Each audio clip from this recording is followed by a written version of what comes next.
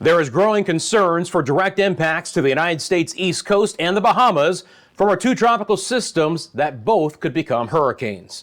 Your forecast across the Caribbean and the Bahamas starts right now.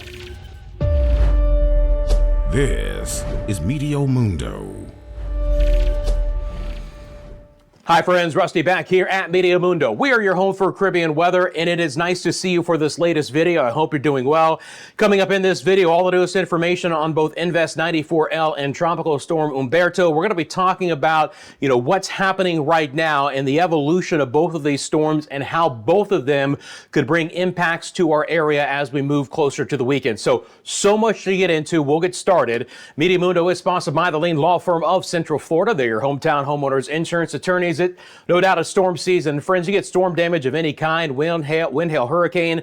I'll walk you through every step of the insurance claim process. It's leanonmelaw.com for more information. Now, as always, love to hear from my MM community. Let me know what's been happening in your area as we move along. If you have a question about the forecast, feel free to drop it in the comments section below. So we're going to get started with the here and now. What's been happening with Invest 94L in Umberto over the last 24 hours? We'll start with 94L. This is still a broad, disorganized system. We're beginning to see part of it emerge north of Hispaniola, but all of the convection, all the deep tropical moisture, the showers and thunderstorms are over Haiti, the Dominican Republic, back towards the Mona Passage, and portions of Puerto Rico. Again, the island of Hispaniola is a very mountainous island, high terrain. It rips apart the low-level parts of these storms as they move over the island. So we're not expecting 94L to develop over the next 24 to 36 hours. But as the track will take it into the southern Bahamas and Turks and Caicos,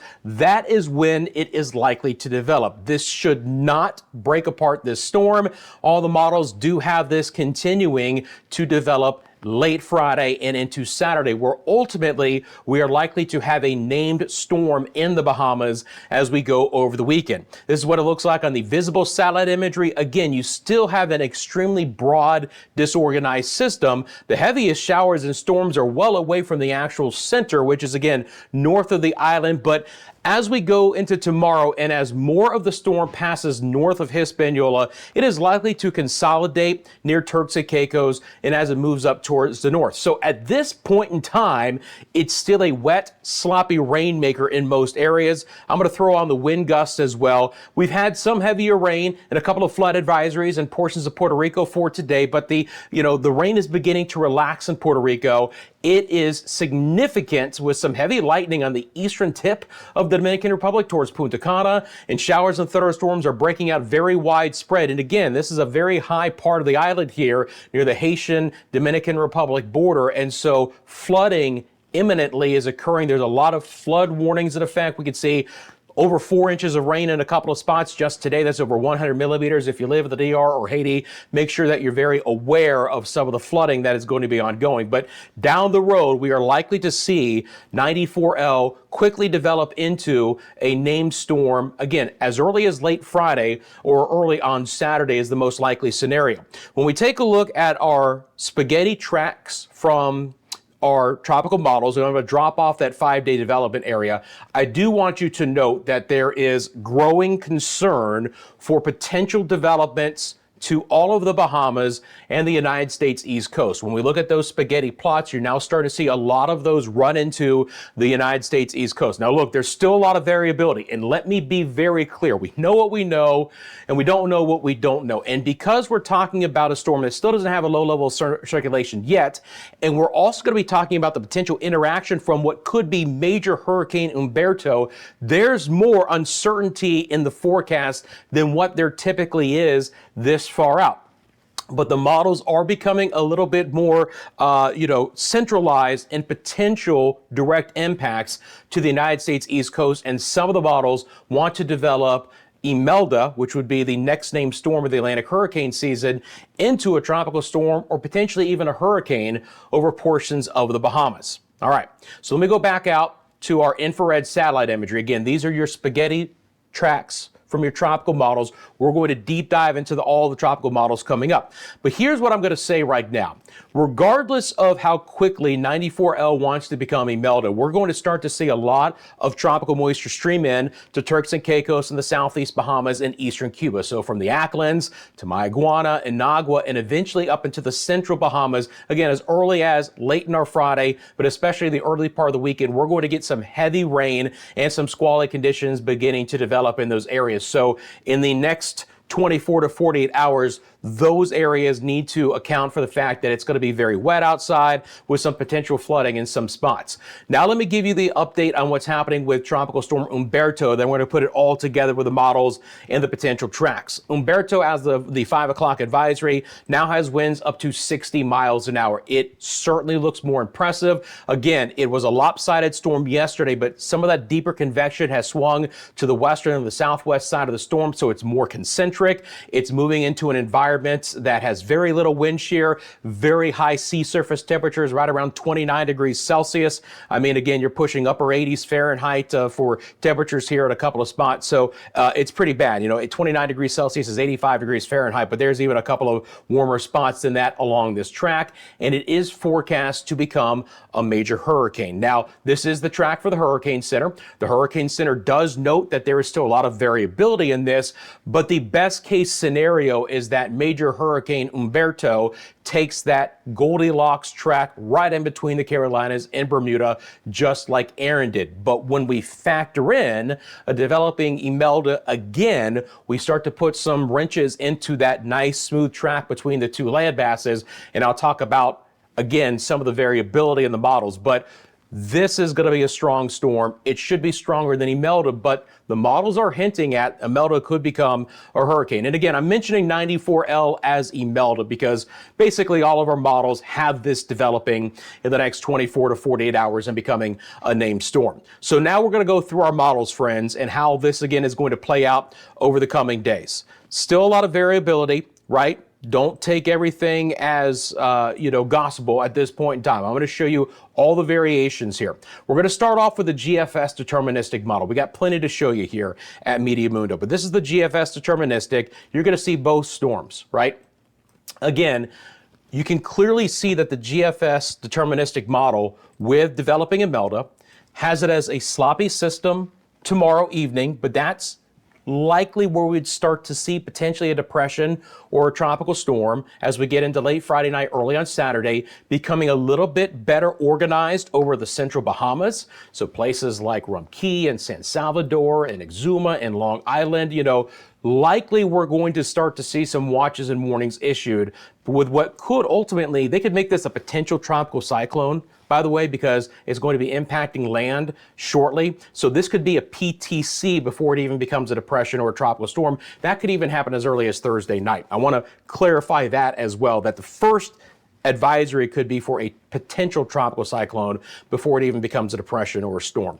So again, you can see it wrapping up in the northern Bahamas. So places like Eleuthera and New Providence and the Berry Islands and Andros and Abaco and Grand Bahama, Walker's Key could all be impacted by a developing system as we get into late in the weekend. This is early on Sunday morning and then becoming even stronger. And the GFS deterministic does have this becoming a hurricane and making landfall as we get into Sunday evening near the South Carolina coastline. All right. Now, obviously, the impacts from surf and storm surge would be felt in a much greater area across the United States East Coast. But the newest information compared to yesterday is that the GFS model is much more aggressive on the development of Imelda, making it a hurricane and having it direct impacts to the United States East Coast in the form of a low-end Category 1 hurricane. But still, you're talking about hurricane impacts to portions of the United States East Coast. At this same point in time, the GFS is right on the center line with Umberto between North Carolina and Bermuda, but close enough, and being on the western side of Bermuda where we could see some direct impacts from a hurricane from Bermuda. All right. Here's the loop up of both. Now, notice that both of them are far enough away where we don't really have a lot of interaction between the two storms. Some of the global models still have some interaction. Typically, when you get that elliptical and they like to spin around each other, which is called the Fujiwara effect, those storms have to be within fairly close, proximity to their strengths.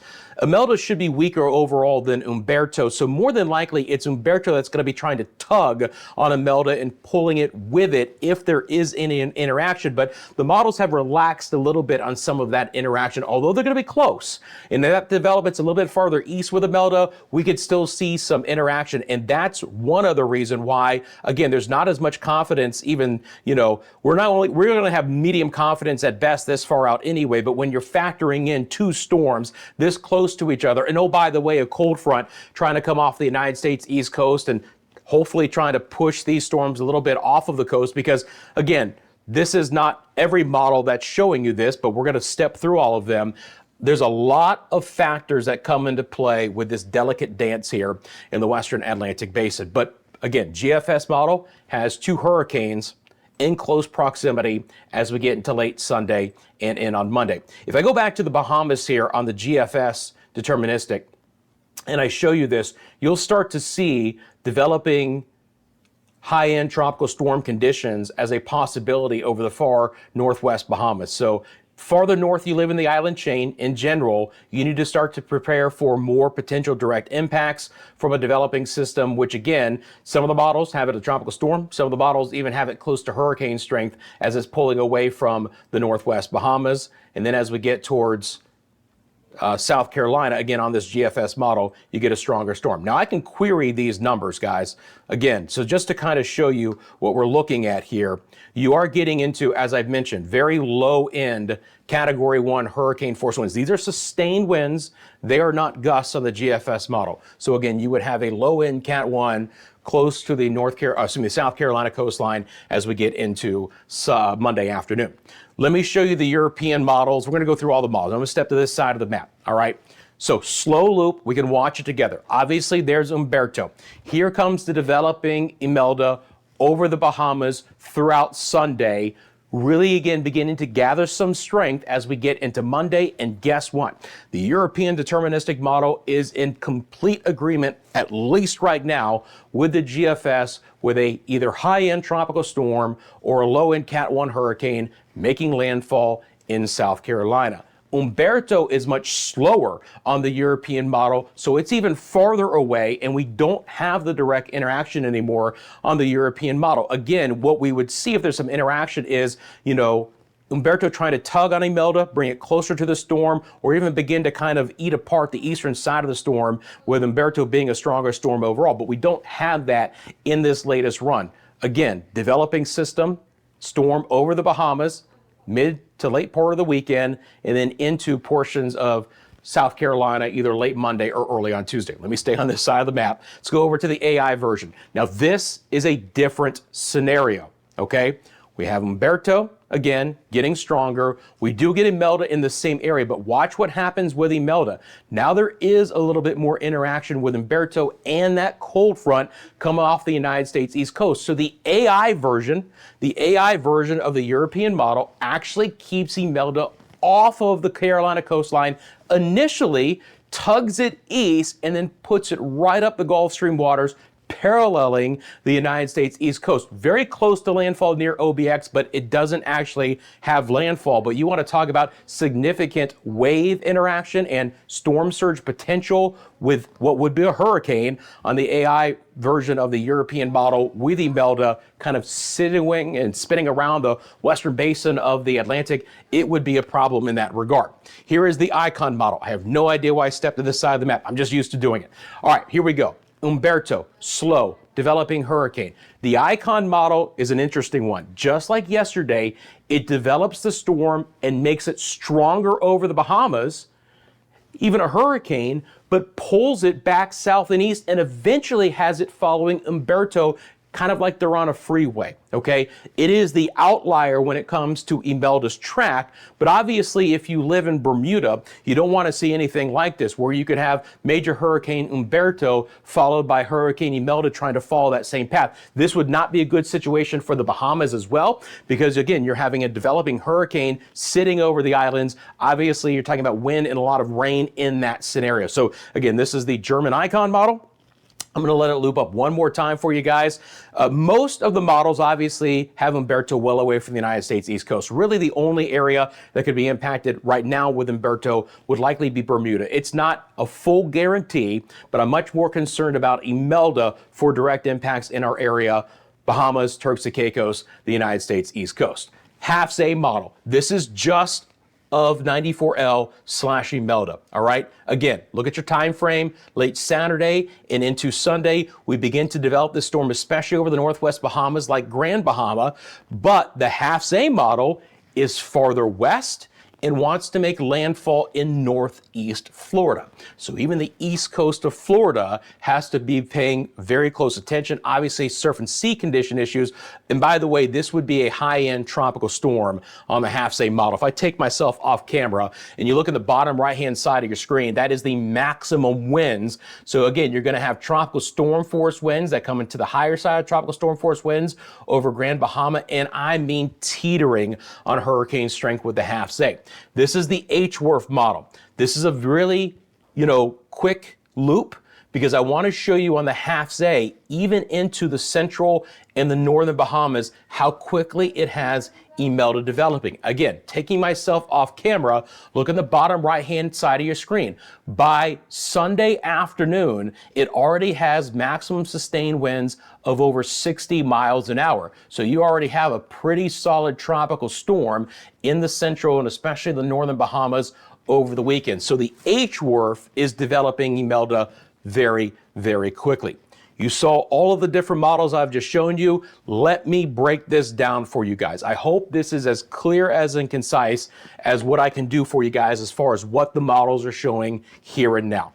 The GFS model has Imelda becoming a hurricane with landfall in South Carolina. The Euro has it as a high-end tropical storm or a Cat 1 with, again, landfall in South Carolina. The AI version of the Euro has it as a tropical storm or a Cat 1, but no landfall, again, pulling away for the United States East Coast. The Icon model would be bad scenario for the Bahamas because it develops it as a hurricane over the Bahamas, but then pulls it away from the United States East Coast. The HAFS-A, tropical storm or Cat 1, and again, landfall into northeast Florida near Jacksonville. And the HWRF is the worst of both scenarios, where you get a hurricane developing over the Bahamas and then landfall ultimately near North Carolina.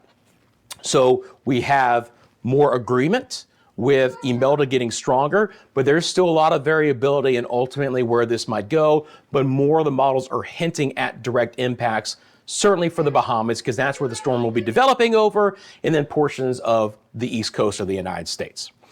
All right, friends, I hope that got you guys a good idea of kind of what's been happening across the area right now. Let me show you the tracks on the ensemble members next, okay? And if there's any clarity as far as the fact that we really just have to watch this day by day, this should tell you that. If you look at the purple, that is the deterministic, right? That's what I just showed you coming into South Carolina on the GFS.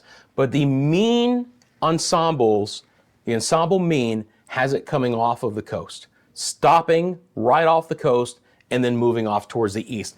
And look at those spaghetti plots like you're opening up an umbrella. There is still high variability in the GFS. We have this cold front, we have an upper level low developing in the United States Northeast, and both of those features could play a role in these storms, especially if they slow down a little bit. So if they slow down a little bit and we get deeper into next week, now you're talking about even more variability, because now we're talking about features that aren't even fully developed in the eastern half of the United States that could ultimately impact where these storms go. European model with Imelda, again, right up the spine of the Bahamas, off the United States, off the Florida coastline, and then again, kind of just sitting here. Some of the models running it inland to the Carolinas and Georgia, others trying to pull it off the coast. Certainly not a guarantee that we're going to have landfall in the United States, but that chance looks to have come up in the past 24 hours. Most have this staying as a high-end tropical storm, but a few of them, again, are on the higher side. It's teetering. Again, tropical storm, low-end Cat 1 on most of the models.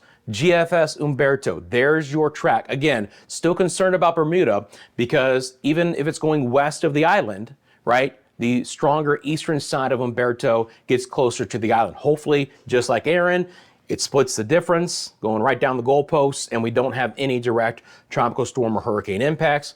Umberto, again, on the European model, has a nice recurve, just a few outliers west with potential impacts to the United States East Coast, but this is your stronger storm overall. Again, the official, which is the black, has it becoming a major hurricane, the third major hurricane of the 2025 Atlantic hurricane season. The other big story is going to be the surf and sea conditions and the potential storm surge. I mean, obviously, again, as we get closer to the weekend tomorrow and over the weekend, we're going to have a better idea about storm surge potential in some areas, but obviously you're going to look for some long period swells, Turks and Caicos, Bahamas, and then just overall very churned up conditions in the Atlantic basin. Let me take myself off camera, my friends. Look in the bottom right hand side of your screen. That is the significant wave height in feet. Over 40-foot wave heights in a significant way, and for highest wave heights you can double that. Right? So significant wave heights are kind of like, you know, what do we consistently see with Umberto? 40+ foot wave heights. What's the ultimate highest wave heights that we could see? Potentially over 80-foot wave heights. But you're just going to see a lot of wind and some beach problems for the United States East Coast and a lot of storm surge and higher than normal tides, all the things that come along.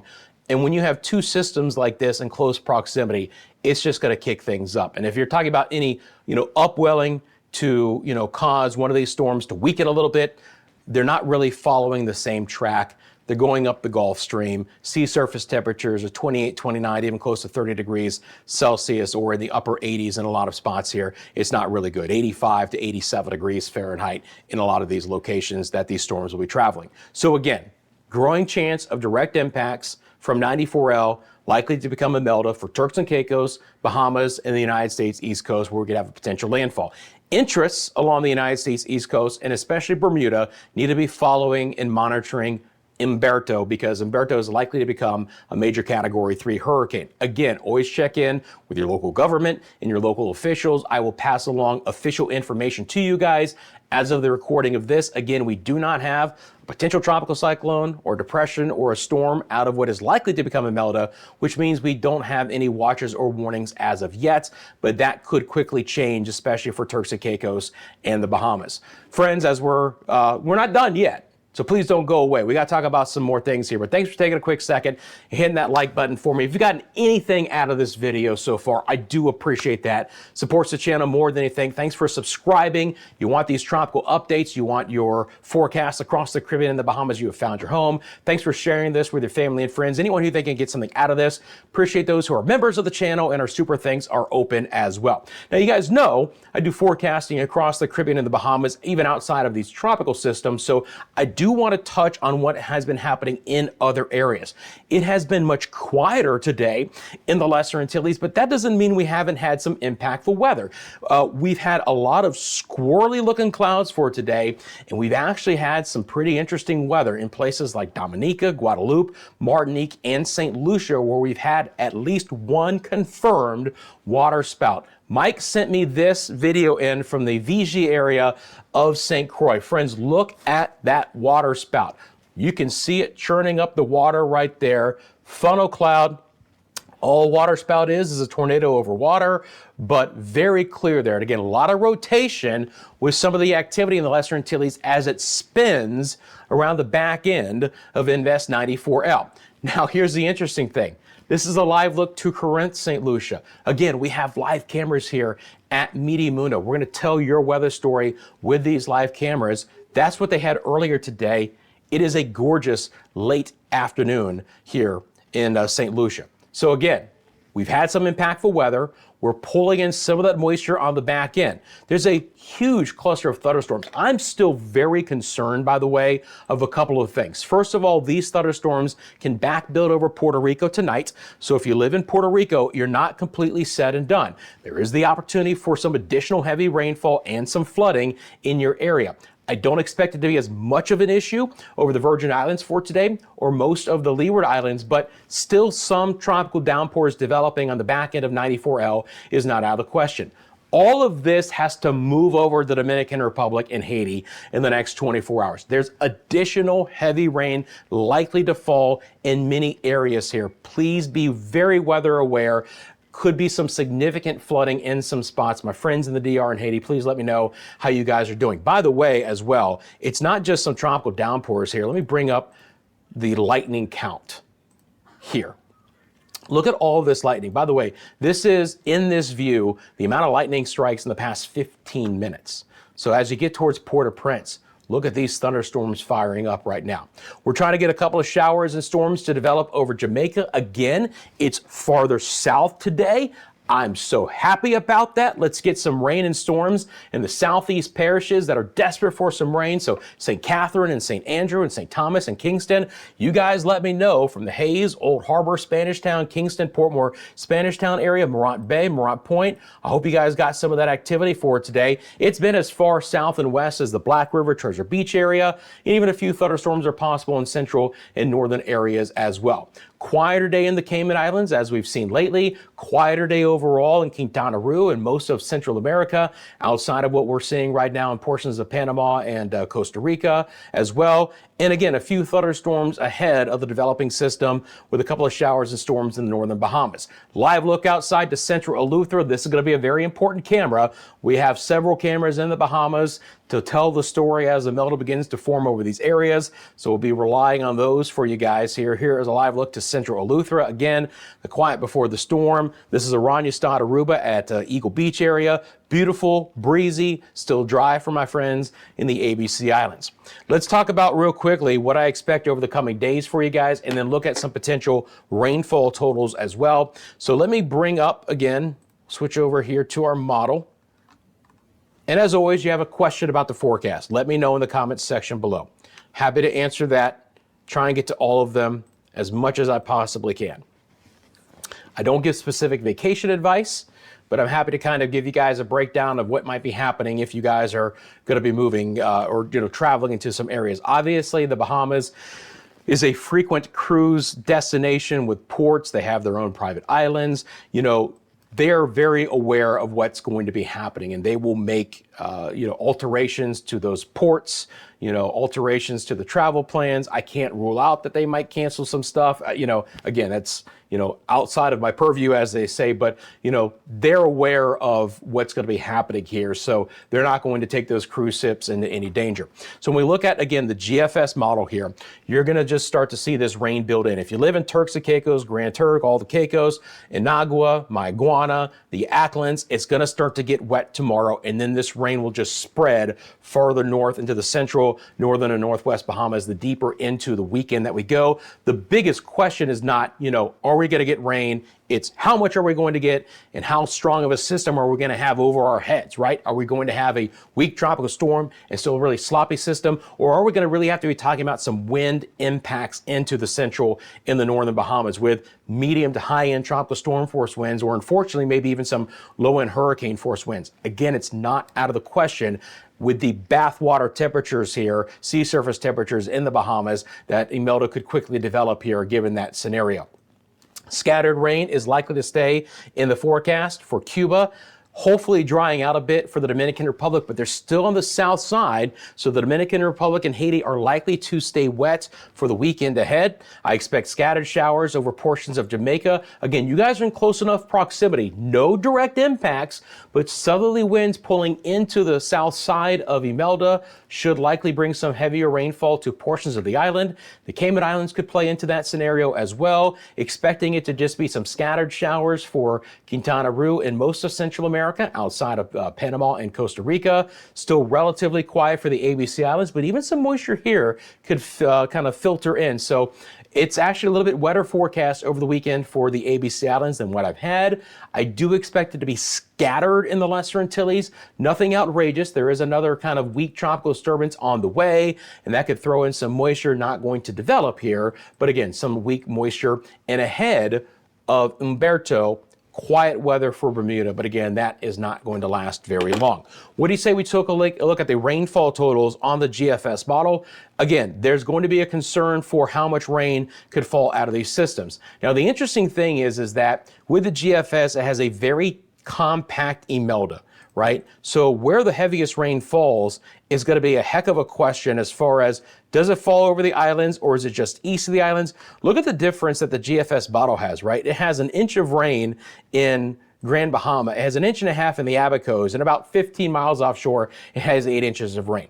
I don't expect it to be this concise and concentric with bands like this, but you get the idea of how much rain could fall based on what could be a fairly slow developing storm over the Bahamas, where more than a half foot of rain could fall in some spots. And again, you look back to Turks and Caicos. I'm concerned about some flooding in these areas, potentially inches and inches of rain in the southeast Bahamas and Turks and Caicos. 4 to 8 inches of rain is certainly not out of the question. Again, get prepared for the wet weather to move in starting tomorrow. Down the road, towards the United States East Coast, again, based on the GFS deterministic, which drives it into South Carolina, 6 to 8 inches of rain possible there. We're going to get over a foot of rain along the track of Umberto from time to time. You can see 10, 11, almost 12 inches of rain in a couple of spots. But again, hopefully, let's just keep that a fish storm. If nothing else, that would be fantastic. This is what it looks like on the European model, right?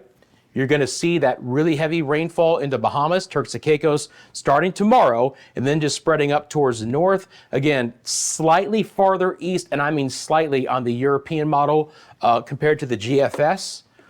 So it's not out of the question. Look, I mean, Rum Key, San Salvador, eastern sides, Acklands, extremely heavy rain.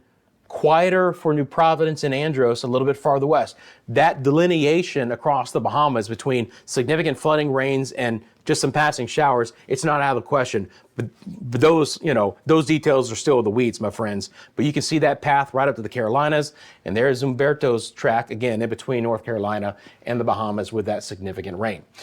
Well, friends, obviously, this is going to be a very challenging forecast, so things that will change every day. I'm going to keep you guys updated. Obviously, when we have direct impacts, I will be going live on the channel, so keep an eye out for that as well. You can follow us across all of our social media platforms. We're on Instagram, TikTok, X, and Facebook. As always, you want to send me a picture or video. The easiest way to do that is going to be mymediamundo@gmail.com.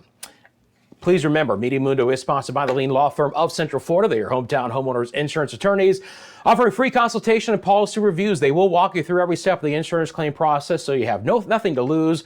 Go to leanonmelaw.com for more information. Friends, take care. Have a great rest of your day.